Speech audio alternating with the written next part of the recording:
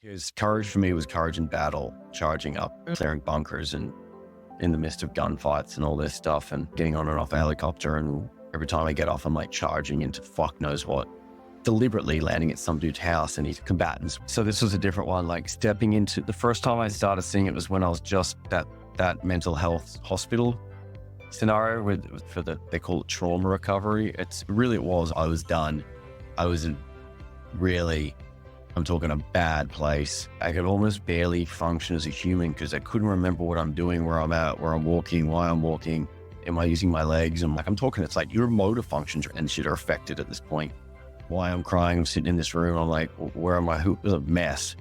But I managed to get through that. And there was some things where I just had to turn up every day. And it was challenging to turn up every day.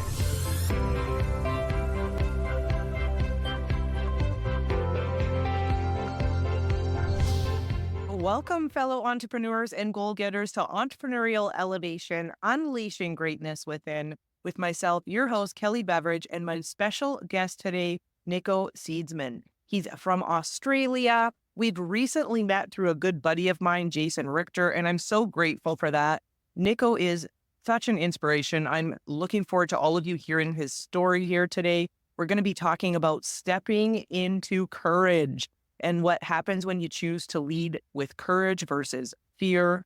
Nico is a former Special Air Service Regiment veteran. He served in the military for 13 years, including 3 combat tours in Afghanistan. He's the founder and president of Warrior Refit Foundation, which is just freaking phenomenal. The goal is to offer stem cell therapy to veterans who continue to suffer from service-related injuries. He's the founder of Odin Stem Cells, which we'll talk about. It's a national stem cell company. He's a mentor to men's group and communities. He's an actor, and he's just an all-around cool guy. And so just Nico, welcome to the podcast. Thanks, Kelly. How you doing? I'm doing awesome. So I'm really grateful to have you here and have a chat because you've led a really interesting life. You've served, you just have come out with a story, and now you're inspiring and making an impact on so many other lives, and you're in this new chapter of your life. And so what I would love to do, Nico, let's go back to the beginning just so that the audience knows your story and knows your origin story. So just talk a little bit about joining the military at the age of 17 and what eventually led to you being at the top of your game and then coming to a crossroads with your mental health and realizing some changes needed to be made. Yeah. So it was 20 years ago, I think Saturday, that I joined the military. Wow. So it was just really a really good journaling moment just to look back at what happened in 20 years, especially the military service. And really the military service for me was like doing extended schooling at university. Because even though I started off with the intense engineering, I then went through different facets of the military, special operations, etc. And as I went through and took on new responsibilities and roles and ranks, it gave me this 13-year education. But I'll go to the start. Probably worth noting, my father, my grandfather, and my uncle were homicide detectives. It was like the family thing. So they have that mindset, right? And it's probably fair to know that they all had their mental health challenges when they were really good at it. My dad's still the case study for the state, for the lawyers and for the detectives. The lawyers of the state gone through university, gone through law, and obviously the trainee detectives. They were really good at it. And as a result of being really good, you usually get a lot more of the most complex cases serendipitously. And they all did exceptionally well. And then when it got too much, eventually they all had their own mental health challenges, and to some degree still do, right? As a result of one of the cases of rape and murder that my dad he went to his own breaking point, and it broke the marriage of my mother and him. He was starting to hit the point of, he was clearly having visible signs to her, whatever, and wasn't really dealing with it well or in any healthy way. So they divorced. Parents eventually remarried not that long after, a couple of years after. And my dad married my stepmother, and my mother married my stepfather. I was living with my mother. My stepfather was he'd had a challenging childhood, and he basically took that out on myself, not physically, or sexually, but emotionally. which is the hardest one to diagnose of any kind of trauma for a child. And I thought it was normal. No one did anything about it in the house when it was just, I'm talking constant harassment, what we would call pretty extreme bullying, where, yeah, it was consistent and permanent every day. And as a result of that, I learned to be rather emotionless to defend myself from it all. And then also, which then led to being pretty physically numb. That was a good thing. Became a bit of a superpower, actually, these things for a large chunk of my life. So then obviously, as you can imagine, as soon as you turn 17, you're capable of joining the military. A safer place for me to be, and a more prosperous place, is the military, because that's where my passion lies. When I was young, in school, I loved acting, which is probably a way of me to actually express my emotions. They talk about that now from the book Keeps the Score, how that's actually that was more successful than any other treatment for veterans with PTSD from their clinical studies was acting, was allowing them to process emotions they wouldn't otherwise allow themselves to process in their normal life. So I loved acting and I loved film, particularly war films. But when I got near 17, I loved geopolitics and war and all these things and strategy and tactics and all this history of it, to a degree where everyone wanted me to become an actor and had this expectation of me to do, and all these performing arts schools and all this, their life's trajectory. But I actually wanted to go to wars and be a part of them and do it for real, not pretend, and at least first. So then I went and joined the military as soon as I could, leaving the household environment. My mother was she's a great woman. My grandmother, both sides are great people. But my mother, I think after the first divorce, made herself very emotionally cold in order to protect herself from what she'd seen my dad go through and her own scenario with divorce. So that was very interesting. And essentially this circumstance created Nick, as I am now, to join the military at 17 and 10 or 11 days, something like that. Literally 11 days after I'm legally allowed to join basically the next intake. And being my mother and that side of the family, I wasn't allowed to join unless it had something to give it education. So I had to join as an electrical engineer. And I joined the Navy and went through initial training. And then let me know how much of this you want me to go into, because I've had a lot of landmarks. I probably lived like 4 lives in 5 lives in the military. Like I lived a lot, and I'm like, lives. What is mostly someone's 20 years, I crammed into a couple of years. Absolutely. And as you're thinking, I'm just thinking, it's so interesting how for everybody, childhood shapes our decisions in such a massive way, right? And you have this benchmark where you choose to go into the military. So maybe share a few of your benchmark moments where you had awareness and then you made those different changes, because I know you had quite a story. You had a lot of challenges, immense challenges while you were in the military that led to you choosing to eventually leave. So maybe talk about your military experience and just a couple of the benchmark moments where you had these aha awarenesses about self and made some different choices. Yeah. Hell yeah. All right. I can do that.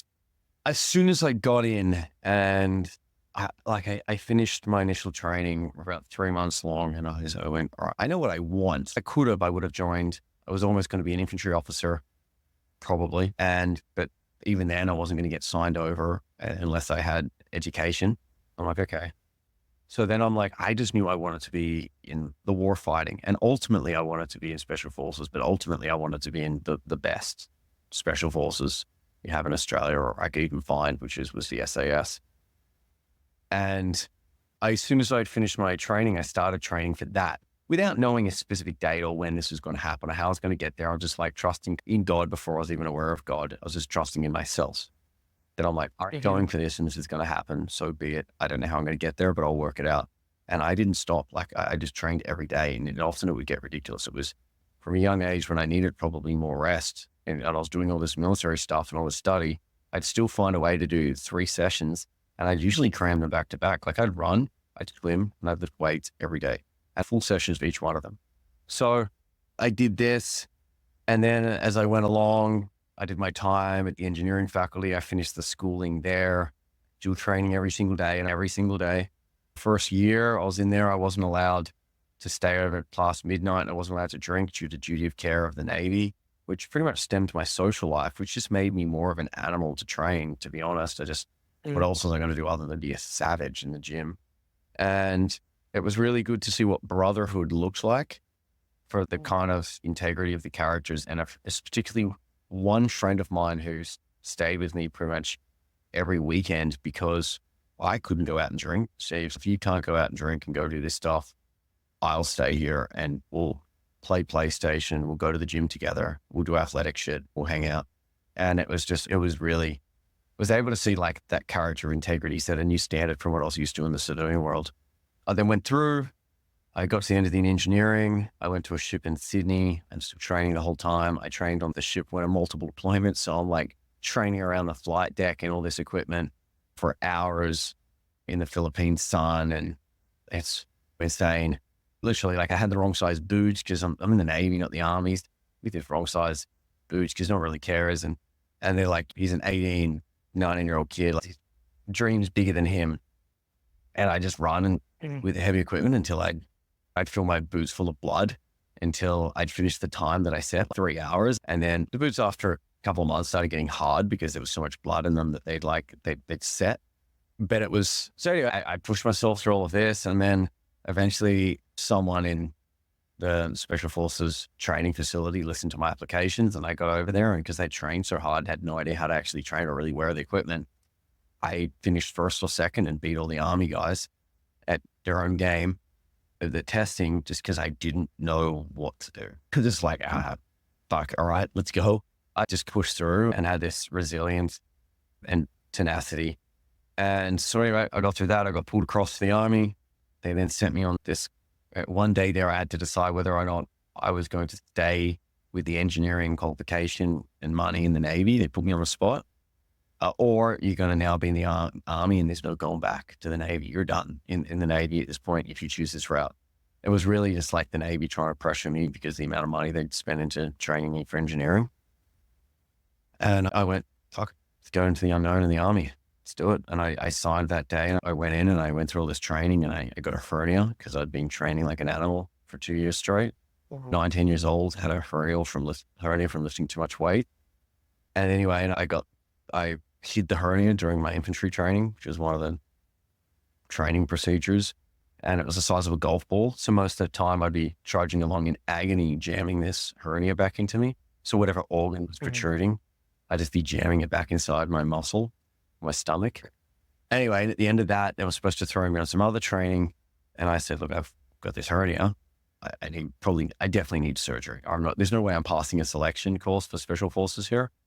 So that was pretty obvious to everyone. And so they sent me off to get that. I missed out on a whole bunch of training and to enhance my skill sets and capability. And then when I barely recovered, but didn't recover from fatigue or physically, they're like, cool, you're on the next selection course.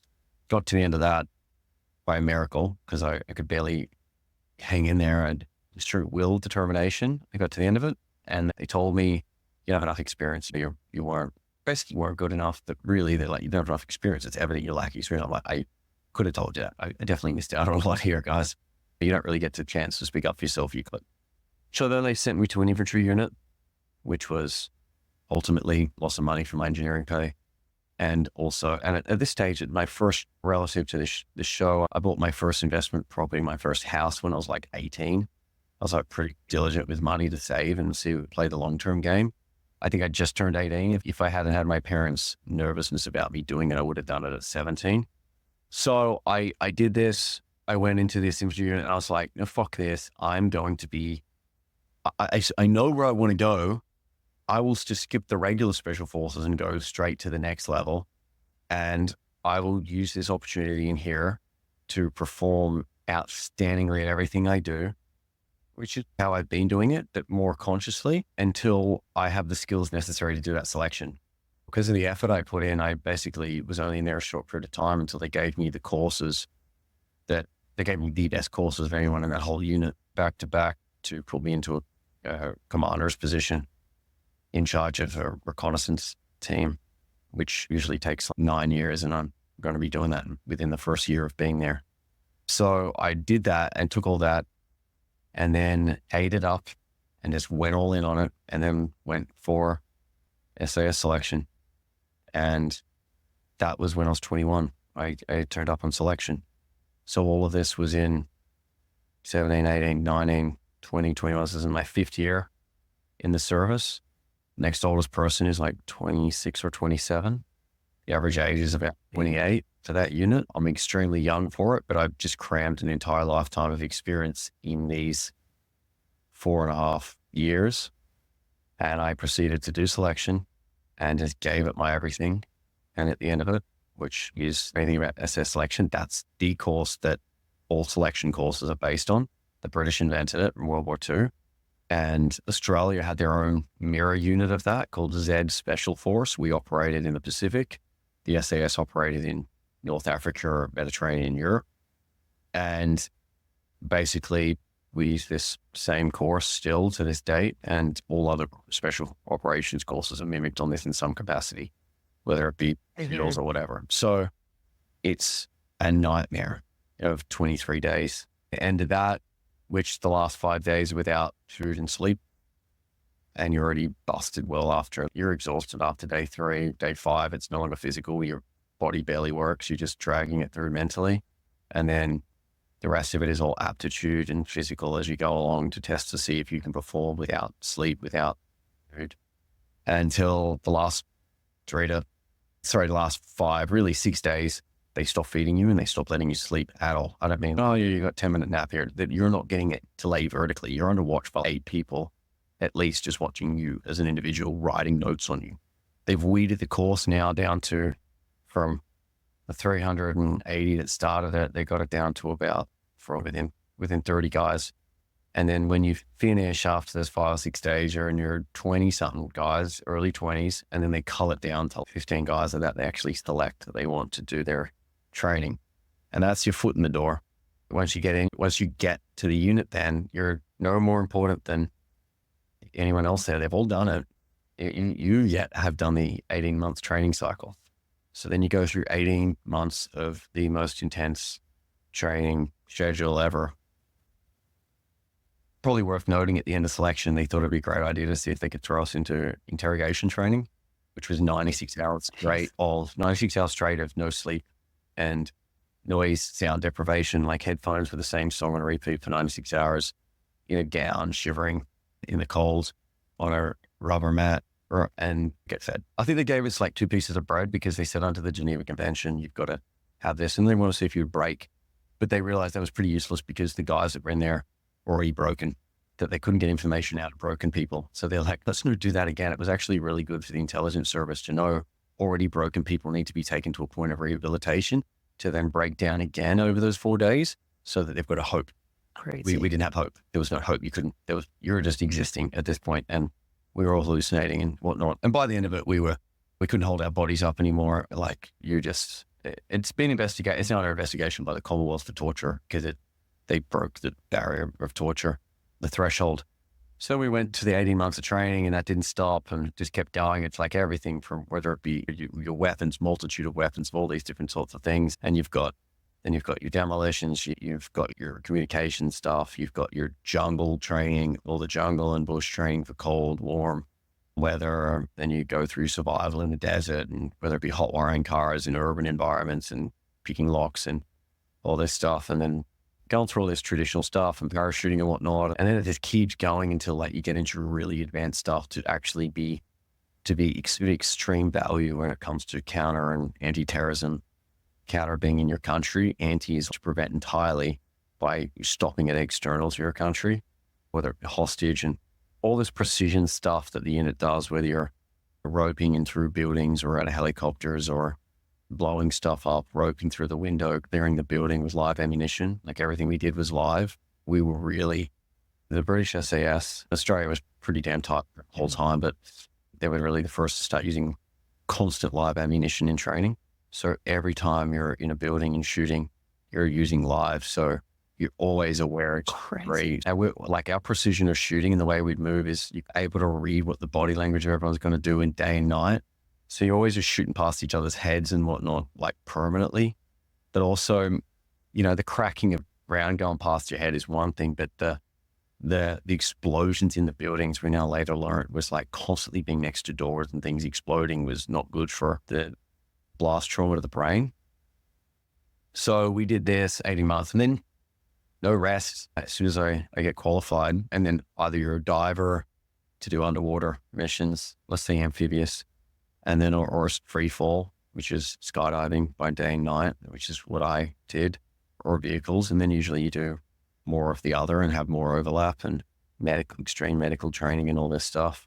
Eventually you get out, but once you get in the unit, you're expected to constantly be learning a new skill or doing a training to validate the previous skill sets in like comprehensively, or like you're on a diplomatic mission to Asia, or you're doing counterterrorism for the Queen or some diplomat, or you're deployed to Afghanistan or whatever other country of the world or special mission. And that was the tempo. And then even then, they've still got other major responsibilities you can step into. I stepped into one.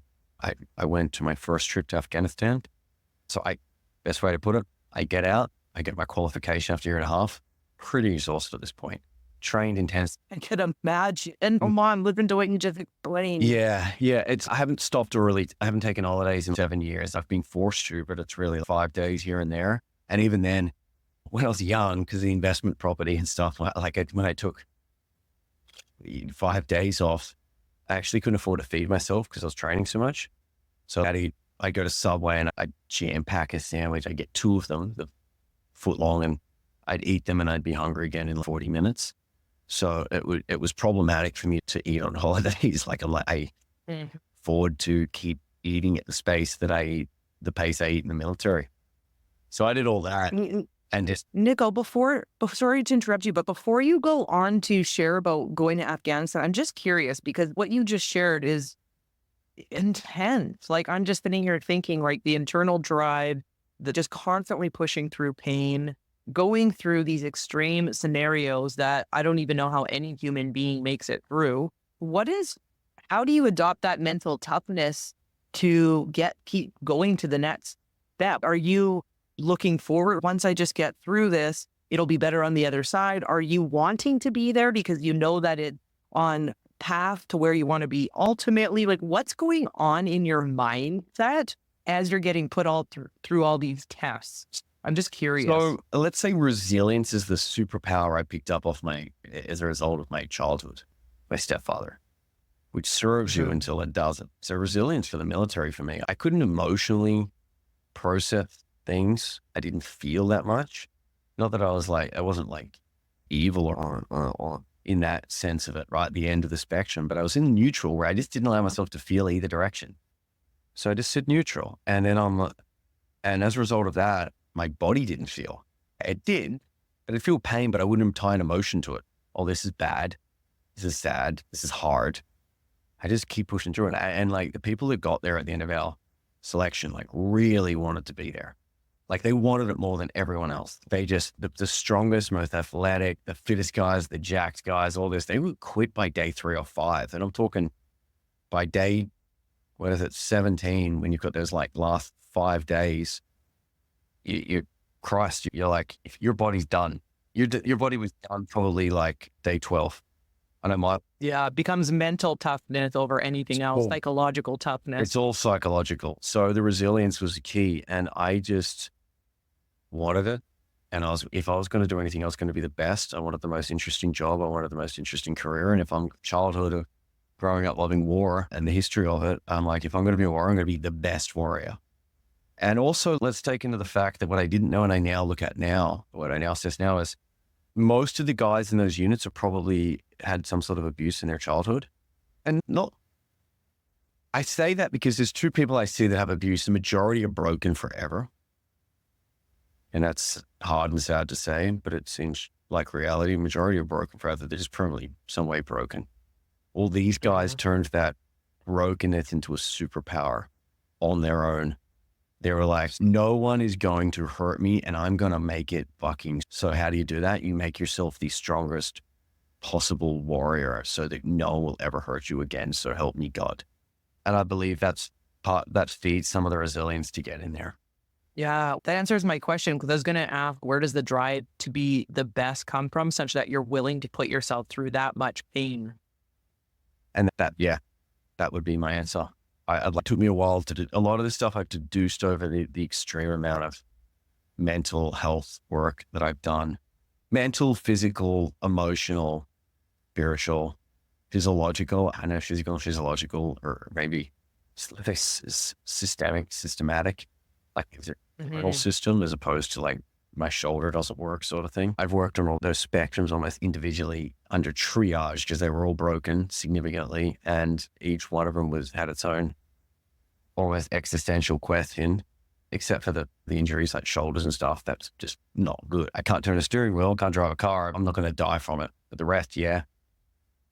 And as a result of working through them, it's given me this extreme hindsight to be able to really understand why I did certain things and how. So to carry on, I guess, I left qualified from that training, and I went straight into protection of the Queen for a huge Commonwealth summit, flying around in Black Hawks and gas masks and whatnot, and being on standby for an incident. That was interesting. And then I went straight from that. I found myself in back-to-back training. I think I did some training, but we're constantly training with the British and the Americans. So it's like we're doing a joint thing with Delta Force. Then I went from there to diplomatic mission, whatever we would call that, in the Philippines with all their special operations units. And then they were at that time fighting a lot of the terrorist organizations in the jungles, different parts of their country. And then I came back, and then immediately I went to the Indonesia on a mission on some similar training, diplomatic stuff. And I came back from that. And then one of the commanders was like, Nick, have you been to Afghanistan yet? And I'm like, well, no, I haven't. Pretty much spent my forever training to get here. And they're like, cool, you're going to go in like a month or 2 weeks or 3 weeks or something like that. You'll be over there. I'm like, okay.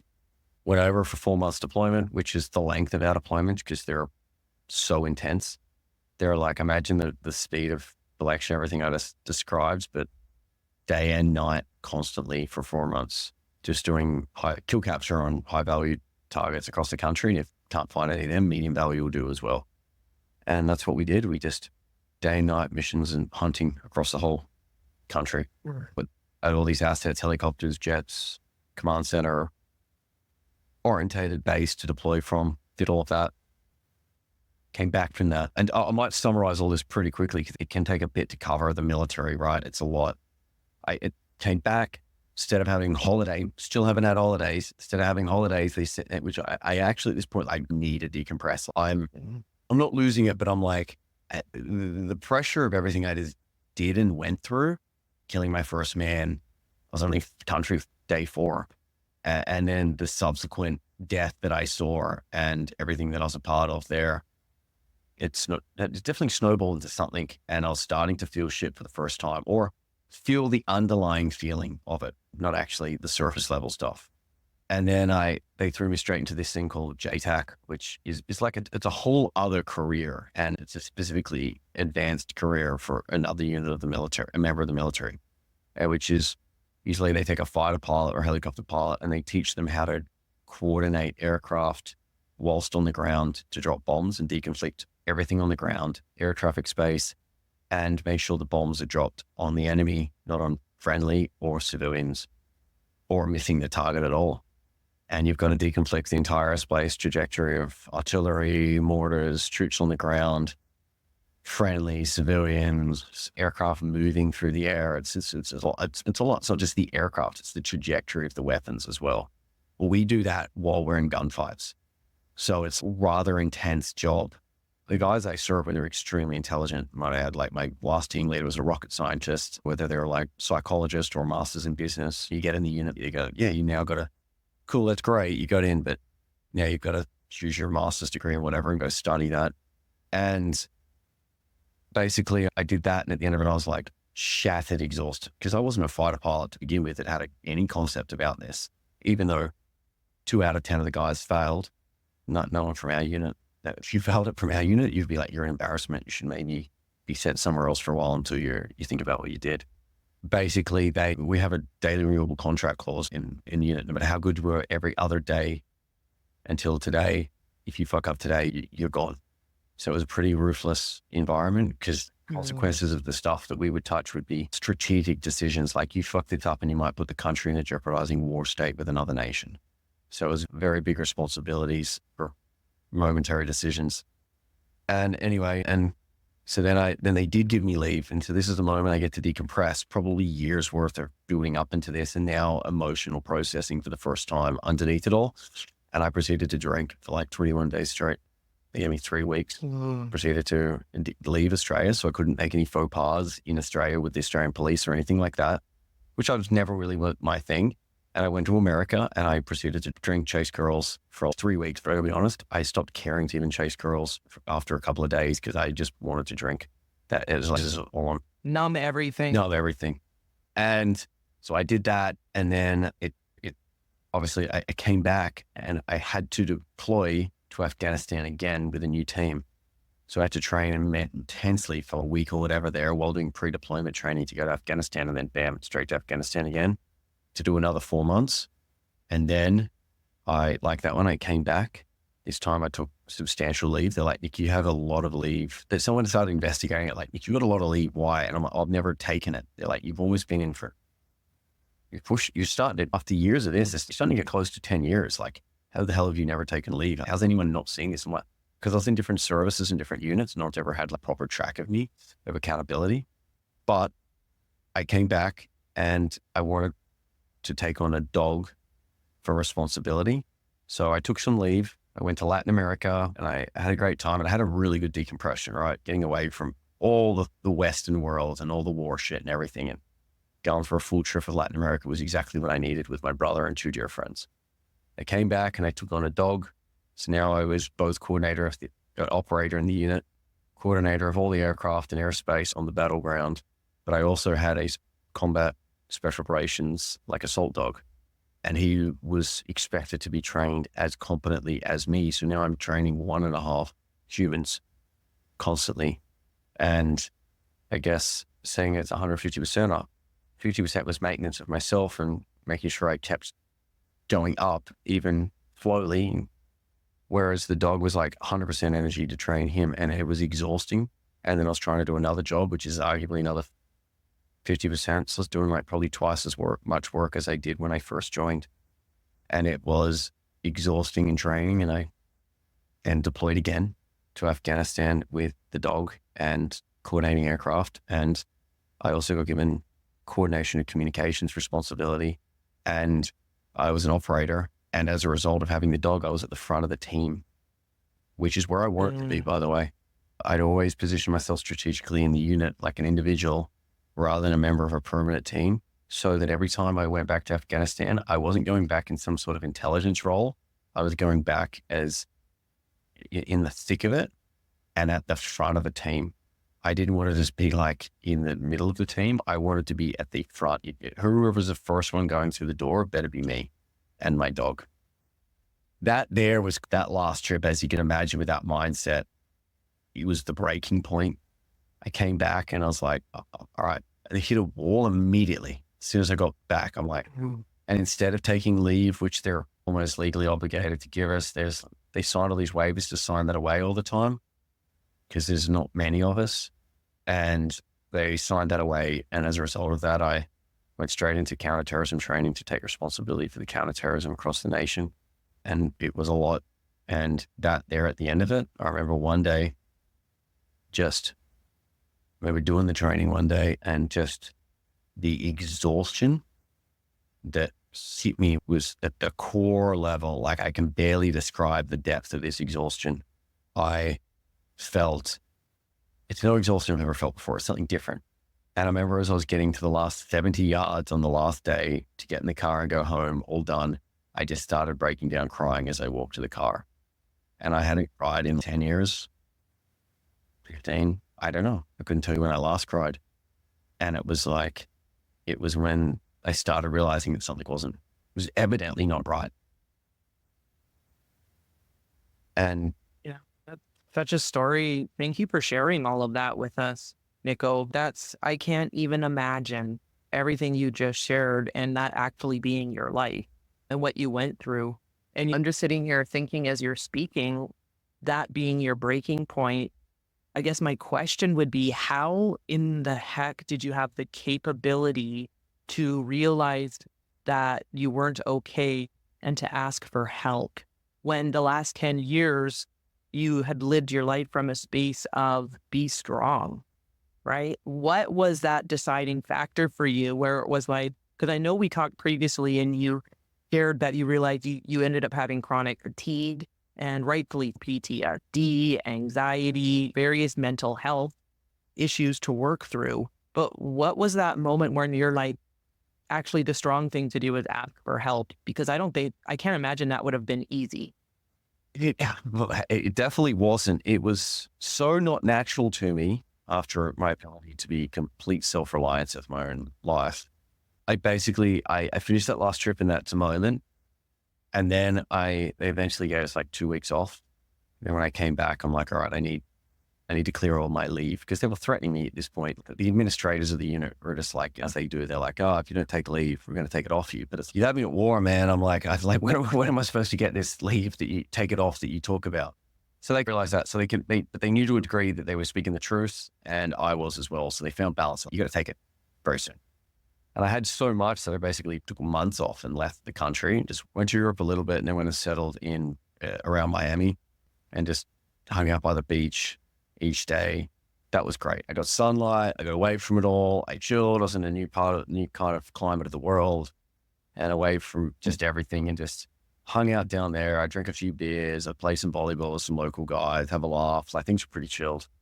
And a little bit into it, I started realizing I couldn't sit in cinemas anymore. That was like the first thing. I guess the first thing that I ever noticed something might not have been right was at the end of my second trip when I went to Latin America. I did New Year's in Brazil and I realized I really didn't like fireworks. I realized I didn't want to be around fireworks. I was uncomfortable with fireworks inside my like chest, which I never experienced anything like that yet. So that was the first red flag. The next one was when I went to Miami and I started not being able to sit in cinemas. And I'd have to walk out because I'd be rocking. And then after that, eventually I couldn't sit in my living room and I'd start rocking. And it was like, all right, I'm not, things aren't great. I then went back after that, I went back to Australia. I had a girlfriend for the first time because I never had a girlfriend. I'd never cared. My mission was always so much more important than any intimacy. I had a girlfriend and then things kept getting worse. Like whenever I'd see her or whatever, I was exhausted. Like I'm sleeping like 16 hours a day and not your normal sleep rhythms of REM, light sleep, deep sleep. I was blackout deep sleep for 16 hours. Like you couldn't wake me. She'd often be like, Nick, I can't, I need you to understand, I can't wake you up when I hit and shake you. Like I can't, it scares me. And she's always when I go to wake you up. So it was interesting in this. And then I started having some moments where I just start crying in a car and I didn't know why. And then she'd be like, why are you crying in this car? I don't know what's happening. And I'd be like, I don't know, but whatever it is wants me dead. And it started having all these things. I've never felt anything before. She was the first thing I felt some love. And so there was that. And I didn't even know what that was when it was happening. It was weird too. And then it got worse until I started not being able to remember short, medium, long-term memory. I couldn't drive in a straight line. I couldn't recall, obviously, the basic things like what I'm doing as I'm going to do it. Obviously, being in the unit at this point, you can't last that long not being able to do these things. I'd be shaking sometimes. I'd have panic attacks. I'd have anxiety and the depression was getting there. Until eventually it all snowballed into it got to a point where I was like, driving to work was a 3-minute trip. And at 3 minutes, it probably, maybe less, it was very close. It was next to base. And I would almost die multiple times on the way to work. And it was crazy because I constantly micro drift from reality or daydream. And every time I'd catch myself a few seconds after, it would steer into the only oncoming car, the only tree, the only pedestrian, the only truck, whatever. It was like every time, multiple times on the way to work. And whatever it was, the subconscious wanted me dead. I wanted to die. It wasn't a conscious thing. And it started getting really bad. And then I was at work and I'd wear sunglasses at work and I'd cry 15 times a day. And I had no idea why I was crying. I just start crying. I'm like, I don't know what's going on. And I'd have panic attacks and I'd try to sneak off to meditate somewhere. It was the only way I could calm myself down. I'd started meditating. And even then eventually that wasn't able to hold any bluff to me anymore. And then it got one day, I'm like, all right, I'm now actively having to find appointments during shooting sessions because I'm afraid I'm going to shoot someone else in my team or myself at this point. And I'm like, and I don't mean deliberately from a conscious level. So I'm like, all right, fuck me. And I just walked in and told the commander. And it's crazy because in that moment, I know when I open my mouth that everything I've ever worked for until this moment is gone. So this is why it gets so bad for guys in the military, especially the more you climb, the more you're like, as soon as I say this, I will never do this job again. So I lose my identity. I lose my community. I'm no longer one of the pack because it's almost like it's savage warrior pack, not like super honed and calm, but like you form this natural tribe community. Like you're a tribe now, right? So you lose your identity, community, your mission in life. And then from another level, your job and employment in one day, you're done. It's like you're done. As soon as you say it, no matter how much rehabilitation or anything that comes back, yeah, cool. Yeah, we got you, man. We got you. But you just know that you're at a desk or something like that, or at best. That's if you can stay in the, that's if they don't medically discharge you, which is almost certainly what will happen. So I went through that and I got eventually medically discharged. I had some say in that. It was like, hey, here's the door. You can either walk through it or we're pushing you through it. I walked through it. And also it was like, it got to a point where I was like, all right, I will no longer be able to watch these guys back better than the next guy. Whereas before I was like, no one can watch their back better than mine, better than me. Not a fucking chance. At that point, it was like, all right, it's time for me to move on. I'm at 100% ready to leave now. So it took me a while to rehabilitate from that breaking point before they could medically and responsibly let me go. It was a lot of mental health work from a trauma recovery hospital. And then it probably worth noting that while the mental health started, I also got diagnosed with chronic fatigue and then fibromyalgia, where my body was starting to be extremely fatigued. And then it got to the point where it just had intermittent healing, whereas sometimes I was autoimmune, sometimes I just had no real immunity. And sometimes I was fine, but for the most part, fine was like 10% of the time from a health. That's how I then got out of the army. My mental health was stabilized, but I wasn't fixed, because that's when I was like, in the next couple of years, I would go through, I taught myself Spanish on my third trip to Afghanistan while I was working in the command center and coordinating aircraft at the desk, because we know what's on the ground. Then when we go on the ground, what we've seen on the drones, we can correlate to the ground.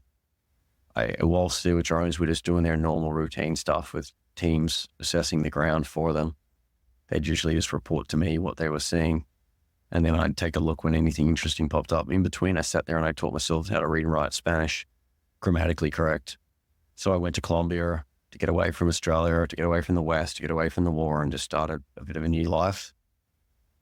And then while I was there, it would be apparent that the mental health pretty well up and down, but it was actually this, I would now know what we call spiritual health, and emotional health was still a mess. But more importantly, the next item on the list for triage was nervous system, electrical health. My body started shutting down to the degree that I got complete autoimmunity in the next 2 years and had a few months left to live. And that's when stem cells entered the race. Oh my gosh. So I want to obviously talk about this next chapter, because it's where things start to go in a direction where you're finding fulfillment and happiness, right? Yet, man, we're talking about leading with courage, and you could look at your military career and say, yeah, of course, that is courage. That is like the definition of courage, what you described. Yet, can you talk about the transition of, it's also immense courage to walk into that office and say whatever you said, to tell them, knowing that was going to change the trajectory of your life. And then to start to allow yourself to focus on your mental health and your physical health and your spiritual health. This is just a whole nother level of courage. Mhm. And how does that incorporate? Because you're talking about fear versus faith, right? Or when you are courageous, God rewards you. And I know that you believe those things because we've had this conversation. And so what was going on within you when you were choosing this different path? Did you feel like it was courageous, or were you like, I'm bowing out, I'm tapping out? Like, what were you going through, and how did you actually start to realize that, no, this is actually the courageous path, this one that I'm choosing now? I'm going to say it didn't become apparent, right? Because courage for me was courage in battle, charging up, clearing bunkers and in the midst of gunfights and all this stuff, and getting on and off a helicopter. And every time I get off, I'm like charging into fuck knows what, deliberately landing at some dude's house and he's with his combatants with him. So this was a different one, like stepping into the first time I started seeing it was when I was just that mental health hospital scenario they call it trauma recovery. It was, I was done. I was in really, I'm talking a bad place mentally. Like I could almost barely function as a human because I couldn't remember what I'm doing, where I'm at, where I'm walking, why I'm walking. Am I using my legs? And like, I'm talking, it's like your motor functions and shit are affected at this point. Why I'm crying, I'm sitting in this room, I'm like, where am I? It was a mess. But I managed to get through that. And there was some things where I just had to turn up every day. And it was challenging to turn up every day. Like I'm talking like even to the whole time, or even just not getting there late, or even turning it. It's like, I didn't want to, it was like fighting this. It was a mess. Even there in the room, having the courage to talk about certain things and start talking about them. And then also realizing at one point there are about 2 of the 3 months in there that the other 9 veterans in there, just by the nature of my historic relationship with I was actually like leading the way for them to feel comfortable to speak courageous about things. So I had a duty of response, even if they were Vietnam vets, which like one of them was, and one of them, I think 2 of them were. And I still had that kind of unsaid authority as such. And I'm like, fuck, all right. Once I got my shit together a bit more, I started showing up, and really whenever there'd be something like a call to action to first person to speak, whatever, I'd do it. So I could break the ice and raise the standard of the room to speak about things. And that kind of ultimately projected my recovery in that sense. But that was the first start where I started going to talk about the hardest fucking thing I can out loud publicly. And hopefully that'll incite you to feel comfortable to talk about it, which has its double-edged sword, right? I remember this one session, this one guy didn't want to talk about his thing. And he was like, because I don't think by comparison, it's very big compared to something that you or this guy have said. And I'm like, and I wrote this quote on the board, took it over the classroom for a second, or the community for a second. I was like, let me just write this one thing. I don't do this very often, but so they gave me, they're like, yeah, go for it. And it's this Mark Twain quote that says, nothing that grieves us can be called little. By the eternal laws of proportion, a child's loss of a doll and a king's loss of a crown are events of the same size.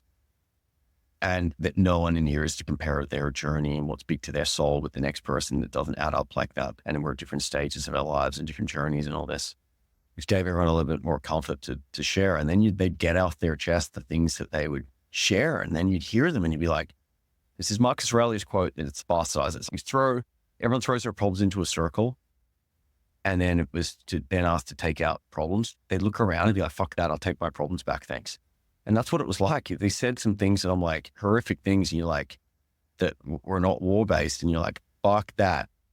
I keep mine, thank you very much. I'll keep the devil I know. And then you realize how people are actually measuring these things. So there was that courage there was the first one. Then the courage to keep moving from place, because I had to go to Brazil once I got out after Colombia, because the altitude and the lack of consistent sunlight in Colombia, there's trees and high buildings everywhere. So even though it's a sunny place, you're not getting it on your skin enough. I had to go to Brazil because on the beach every day, and it's pretty much permanently summer in Rio, and I'm not in the altitude. So I went down there. Still, I'm not in America, I'm not in Australia, I'm away from all this war, and I'm away from all this association with all of this. This is okay, no worries. And what the Latin people had that I didn't realize why there in these areas was they had passion and love and human connection. And it took me a while to join the dots there. Although once I saw it, it's pretty obvious. And then when I was there, I took a little bit of courage to be there and to reshape my life, but it was nothing that was really challenging. It was when I started getting really close to dying, it took me courage to throw most of the money I had left, because I couldn't work, at stem cells because I was so close to death. That, I would say, still to me, it's still like a 3 out of 10, 2 out of 10 for courage on the courage scale.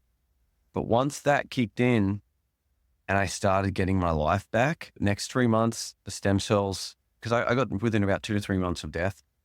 And I'm talking, it is the most horrific gutter moment of my life. After all of that shit, it still doesn't amount to being defeated by nothing you can physically do with your hands and your mind to combat it. You're just dying in a room, and you're shaking in your sleep because your nervous system is shut down. Your eyes twitch. One of them doesn't really open. You have pimples around your eyes because of all the parasites, because you have nothing to defend yourself. You've got no immunity. You're permanently with one sickness to the next, or two at the same time. So you've got a viral or bacterial infection of every kind constantly. You're like, I can't have a conversation with my family because I can't. Using words and making words of my mouth and sound was exhausting. It was like, I just done.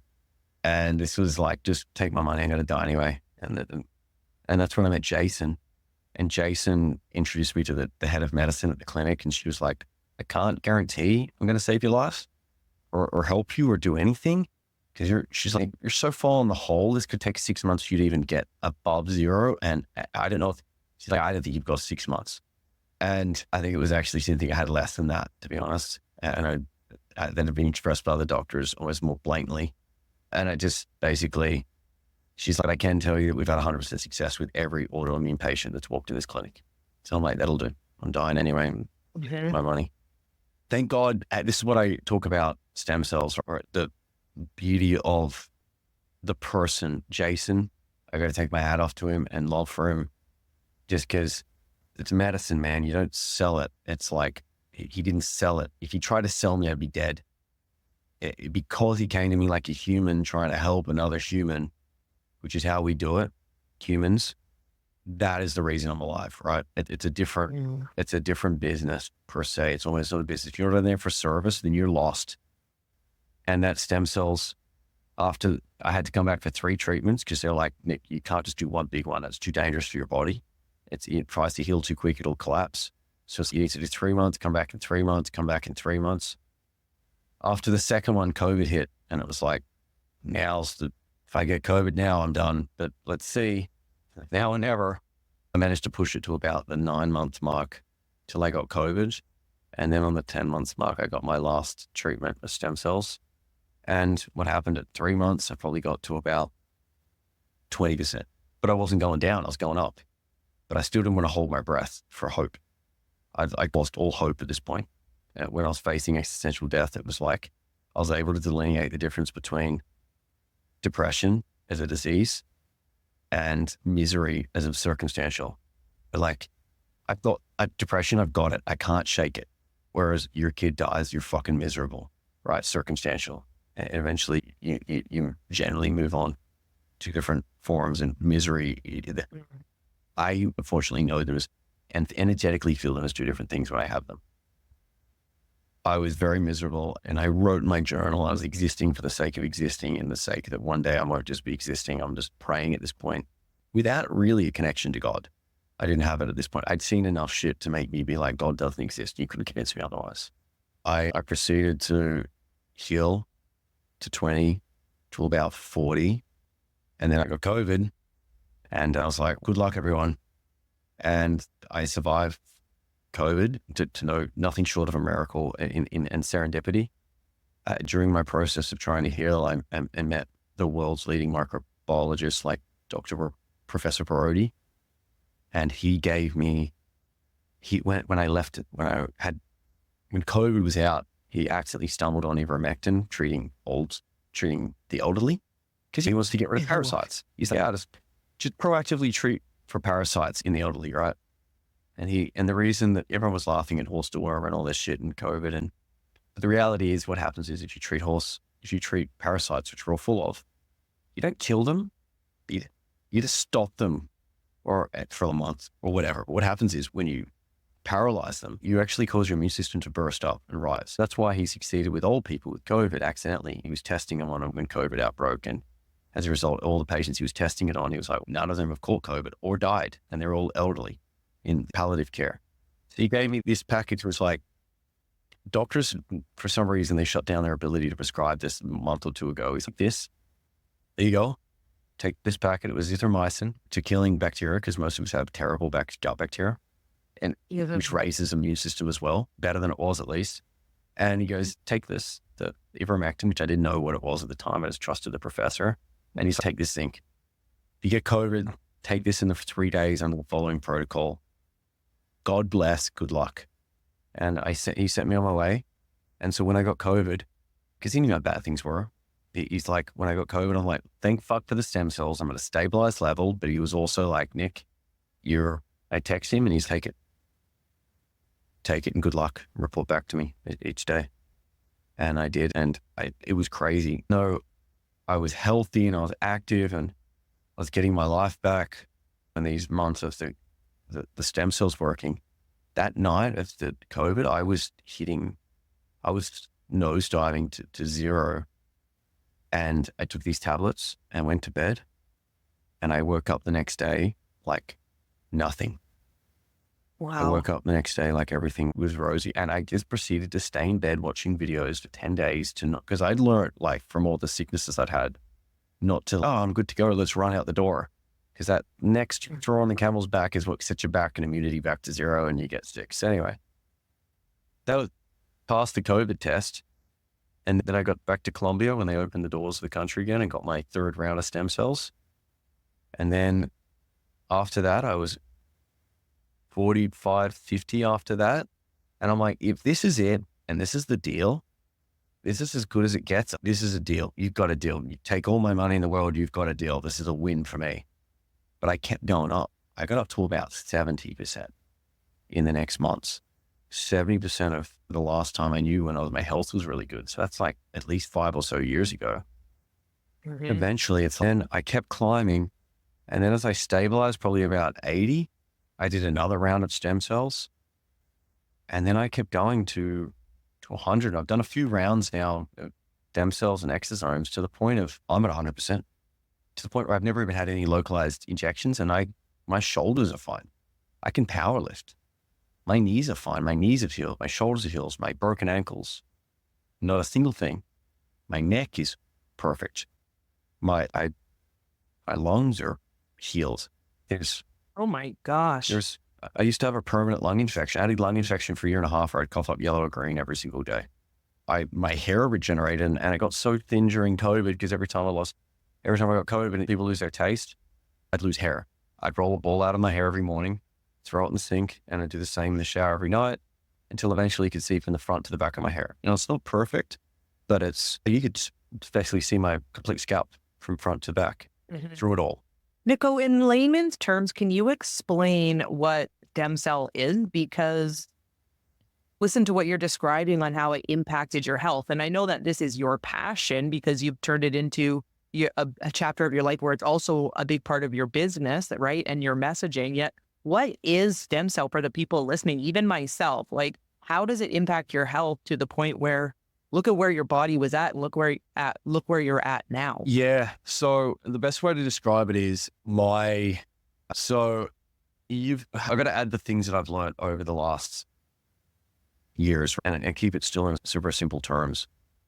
It's basically a stem cell is an undesignated cell, the stem of a cell. It's not an ear cell yet. It's not a lung cell. It's not a hair cell or whatever. Your body is comprised of cells.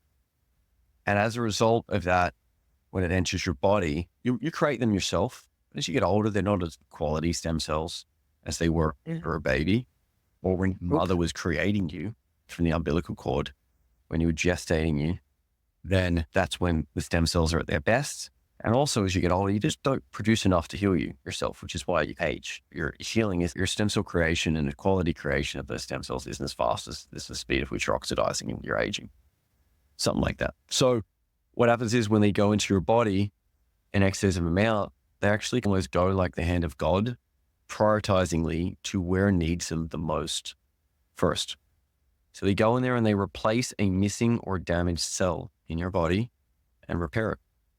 And as a result of that, literally as a result of that, you regenerate in the places you need regeneration. Now, obviously, if you get injected in the shoulder, most of the stem cells are going to start trying to work in the shoulder primarily, but they will also go, a large minority will still go to the other parts of your body to try to repair those parts of your body. Because if they think it's more important than your shoulder injury, it'll go repair your liver or your lungs or whatever it might be, right? It's just like this hand of God in doing triage. The key factor is using umbilical stem cells as the secret, because it's the birthplace of stem cells for that gestation of life.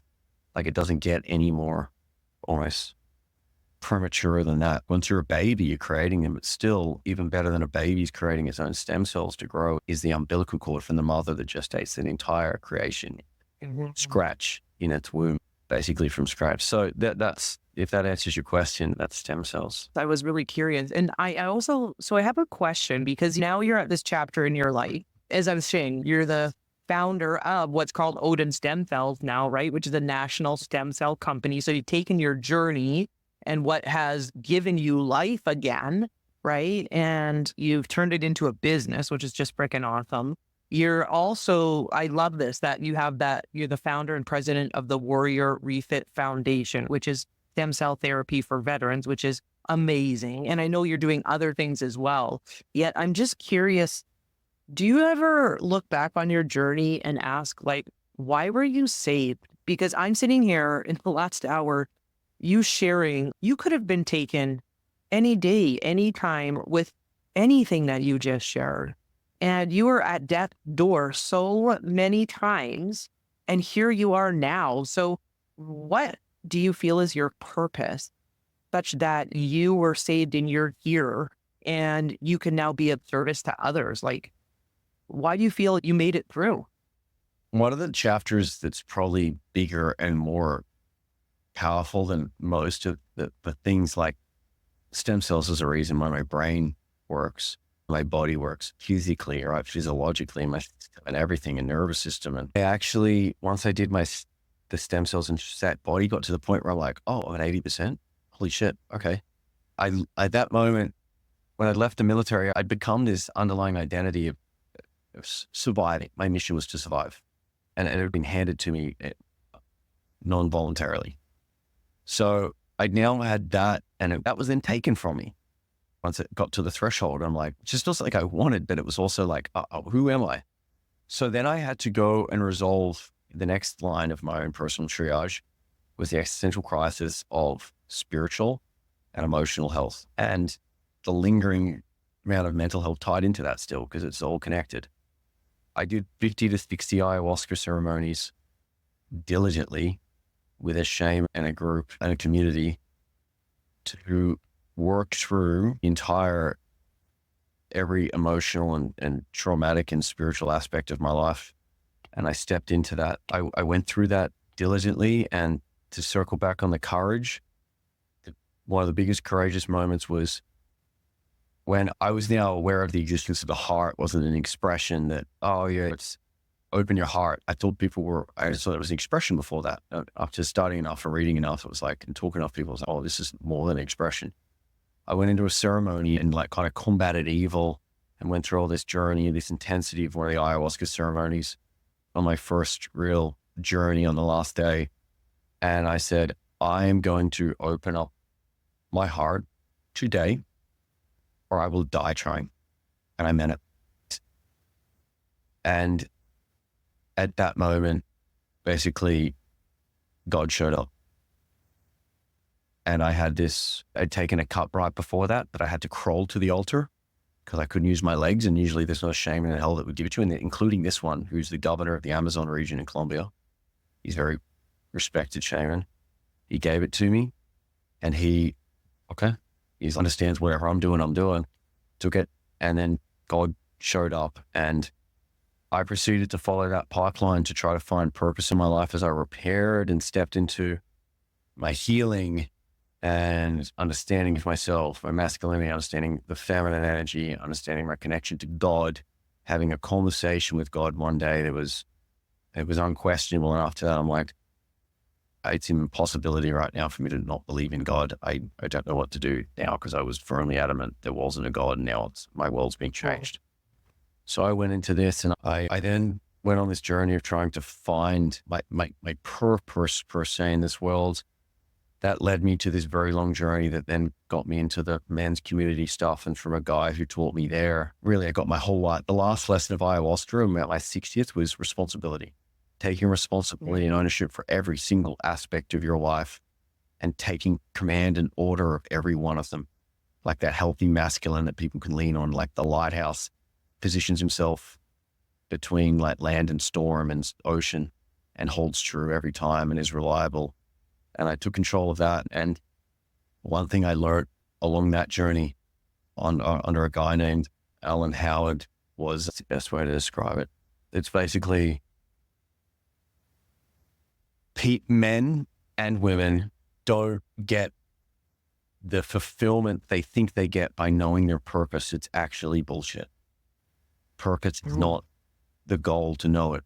Olympic athletes are the best example of this, because when they get in the Olympics, when they get their medal or they get their gold medal or they get their fourth gold medal, whatever, it's very famous. I didn't know this till I had one of them explain it to me, that when they do that, there's actually a huge drop off of, they feel lost. They go through a huge period of lostness, disorientation, years of trying to realign themselves, trying to go to the next thing and pointing and shooting. All right, I'm going the wrong way.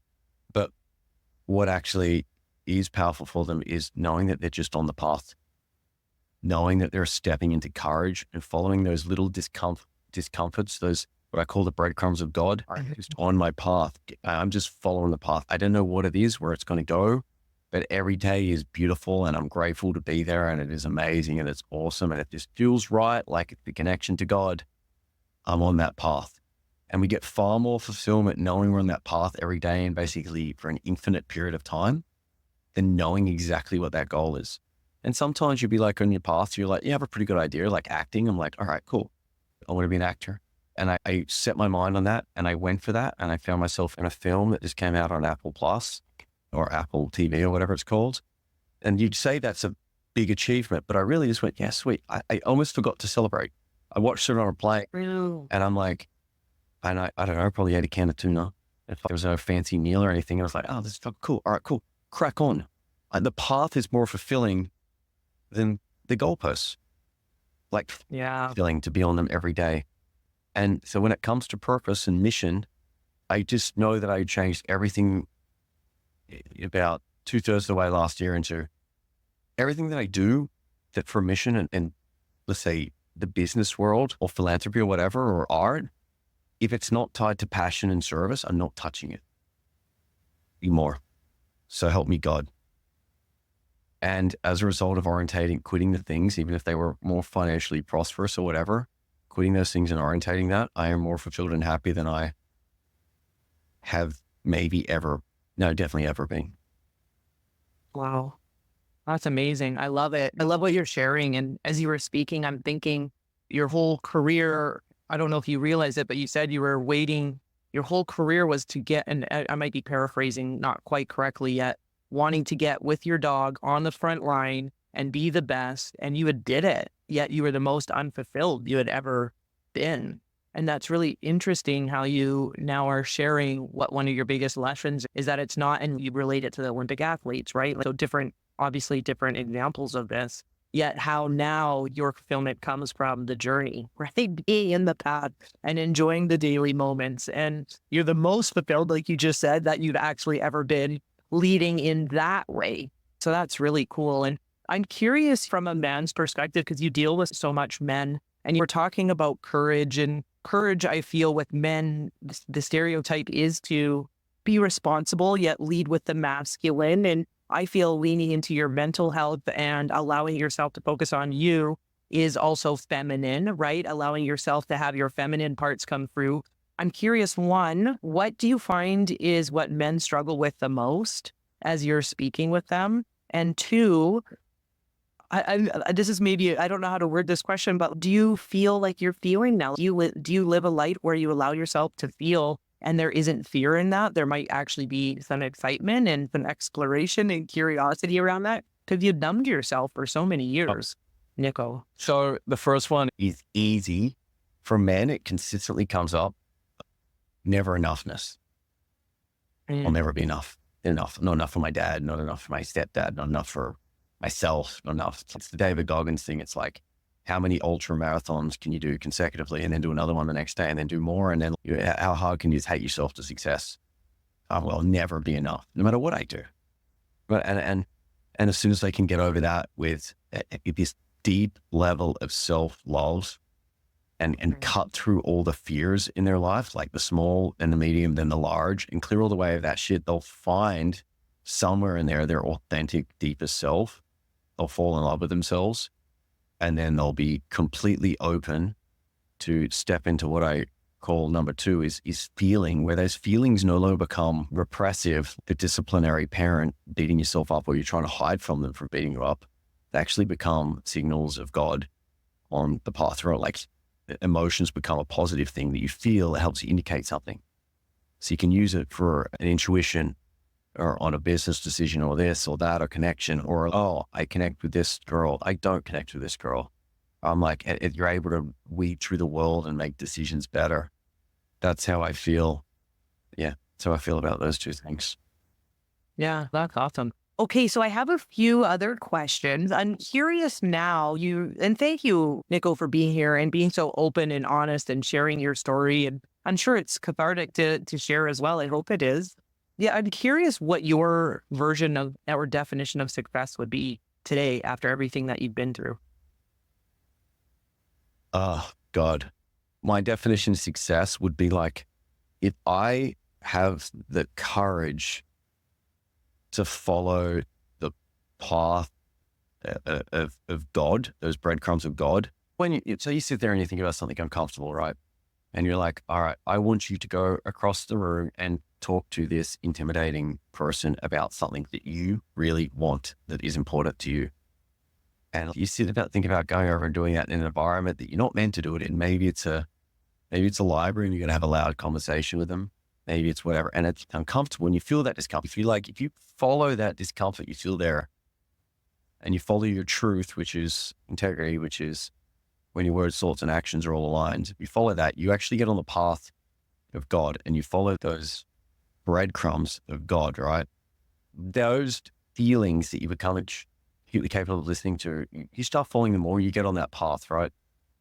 And the more I follow them, that and have the courage to step into them and step into the greater ones, and the more uncomfortable ones. Like, once I cleared my lower level things that my fear of, then I cleared my medium, which was having hard conversations with my family that I'm pretty sure they hope would never have been had in my life or their lifetime.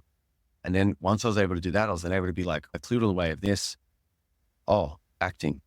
I'm ignoring this passion, the other passion in my life, from fear of failure, from fear of this, from fear of that, fear of not being good enough, not being big enough, all of that, and following that until the end of my life and having the most glorious ride and doing passion and service along the way. I would say that quantifies success. But if you're looking for one moment, it would be being on a deathbed as like a grandfather or great grandfather with loving family around you. Yeah, absolutely. I love it. Okay, two last questions. So my podcast tagline is Unleashing Greatness Within. And so I'm curious, what would be 2 or 3 things you would share with the listeners to unleash their inner greatness? Following the breadcrumbs of God, that cultivating that energy, that feeling, getting access to that, following those breadcrumbs of God, stepping into courage and faith. I would say those are the same thing. You're following courage, following faith. And then, this might sound easy, but as a damn good start point, discipline of that morning routine. It's so overlooked, right? It's like having the integrity and discipline within yourself. No one's going to check. No one's ever going to account. If you wake up in the morning and as soon as you sit upright in your bed and you do 20 to 30 minutes or whatever of meditation, like, no one can take that from you. You get out of bed and you do. And this is variable for your own physical condition. And don't be easy on yourself because you want to be. But some people are like, the veterans I work with that genuinely injured, like their leg will go numb because of spinal injuries, probably a good reason. If it's just they hurt because they're tiring and whatnot, that's not really justifiable. But you do your meditation and you do your burpees, and then you hold yourself accountable to a community. It is really hard to fuck up the rest of the day. It is really hard if you've got a community of people around you, whether it's a community of 2 or a community of 5 or a community of 10, 20, whatever. It is really hard to screw up once you've taken the morning by the horns there.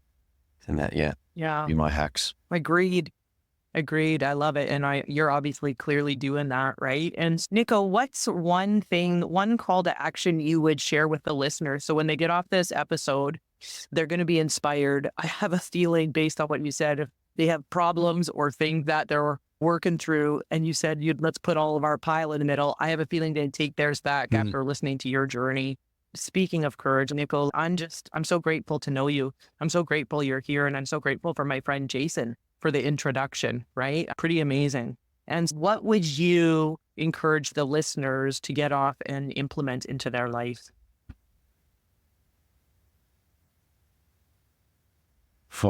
The big one. I would, if you are not spiritually inclined, there was a life before, and this is going to be a hard one. Some people really don't want to hear it. There was a life before God and a life after. And to put that in a physical way, there are 2 versions of you. There's the one who meditates and the one who doesn't. And one is better than the other, significantly. So if you want to look at it from a spiritual context, or you want to look at it from physical, mental context, whichever one's easy for you to process. And then the word God can be substituted for universe, for Gaia, for whatever it is that you want it, that makes you process it. Because at first I couldn't process with the word God. I'm like, no, I don't want to touch that. But I'm like, all right, what I felt was real. What can I use? The universe, okay, the spirit. If you're a Star Wars fan, the force, whatever it is you want to work with to allow your brain to fake it until you make it. I suggest investigating that in your life, because what most people do is they go, God doesn't exist. This thing that they can so easily identify to call God, it's a bit of a red flag right there. They put in a box, they lock on it, they sit on it and refuse to ever look at it or talk about what's in that box forever. And if anyone brings it up, they slam it down. And that's not really being open to something. Curiosity is that's like deliberate aversion to something that was actually quite easy to conjure in your mind to lock up. I suggest highly investigating that route. Amazing. Awesome. And so, Nico, where can people, like, in closing, what's next for you? So what are you up to now? Because you're already doing something cool. So what are you up to now? And where can people find you if they want to follow you and watch your journey and be a part of your community? So what's next and where can people find you? I just try to people try to get me on LinkedIn or listings on LinkedIn. I'm like, please don't. I don't need more social media in my life. I'm so glad I got Facebook tied to my Instagram, because I didn't even have to do anything there other than I just post on my Instagram. My Instagram, I do a lot of storytelling and a lot of writing on there. I write about different chapters of my life in the military, and they're pretty, some of them are confronting, but they're also talk about a lot of things we just touched on today. I'm very open publicly about that. So you want to track any of that, that's where I am. If I like to help veterans particularly, but anyone that comes to me about stem cells or even psychedelics or whatever, I try to be as helpful as I can. So Instagram is the best place at Nick Lone Wolf. I think it's best writing it like NICLONEWOLF.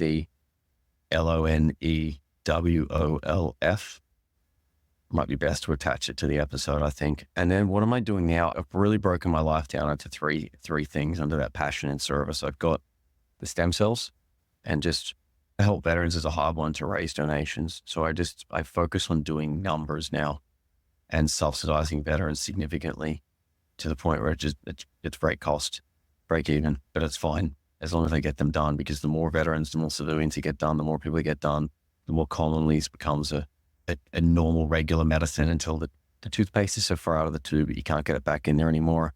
The government's that's starting to have to do it. The insurances are going to have to do it. Then all of a sudden, everyone from the other nations has to do it. And before you know it, it's just a common use medicine, which is obviously good for business, but ultimately solves my goal Mhm. of getting this accessible to veterans, past, present, and future. Duty care to the future ones that aren't even in yet, right? So there's that lane.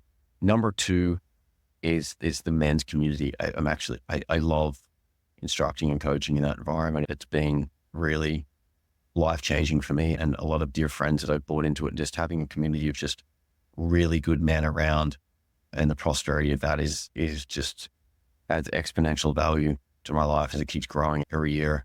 And we all learn more and share what we learn too, and speak hard truths to each other.